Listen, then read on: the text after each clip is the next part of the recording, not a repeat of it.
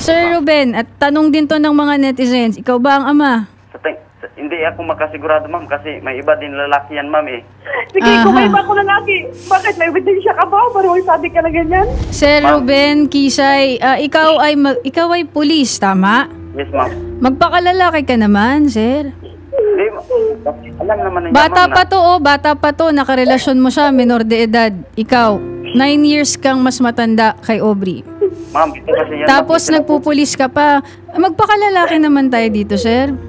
Ma'am, sinabihan ko na sa kanya, ma'am, na Hindi pa, sabi niya, ma'am. Unang tanong.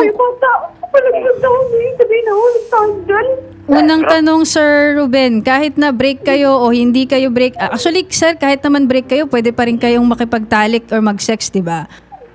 Wala namang issue doon eh, kung break kayo o hindi. Ang tinatanong namin sa'yo, sir, kung ikaw ba ang ama, itinatanggi mo ba na ikaw ang ama ng pinagdadala ni Aubrey? Ako, ma'am, guys, DNA test po, ma'am. Papayag ako, ma'am.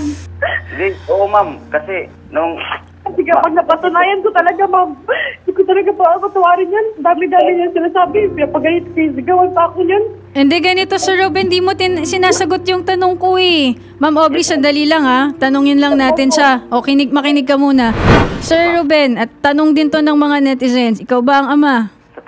hindi ako makasigurado, ma'am, kasi may iba din lalaki yan, ma'am, eh. Sige, kung may iba ko lalaki, bakit may ebidensya ka ba? Parang sabi ka na ganyan. Oo, kasi clever yan, ma'am.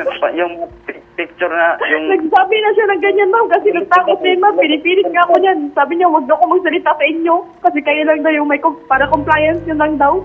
Pero Sir Ruben, pinipilit mo bang maglaglag na lang itong si Aubrey? Kasi kung ano-anong pinapagawa mo sa kanya na strenuous activities, Hindi, na ma'am, posibleng makasama sa pinagdadala niya. Hindi, ma'am. Kasi palagi sumasagot si Aubrey. Pwede kong yung side ko muna, ma'am. Tinatanong nga kita kanina ba? Pero sumagot ka naman ng diretso, sir. Ma'am. Ano Kasi po yun? Pag kayo ang nagtatanong sa akin, si Aubrey yung sumasagot. Palagi niya. Aubrey, sandali lang. O sige, ito kausapin ko si Aubrey ha, para patas tayo. Aubrey, si ano muna? Si Ruben. O sige sir, ano yon? Number 1 nga, yung kanina ko pa kasi tinatanong sa'yo sir, para madali, di ba? Anak mo hindi? Siguro, hindi ako makasiguradong anak ko yan, ma'am, eh. Eh, yun ang problema natin sir eh. Ayaw mong aminin.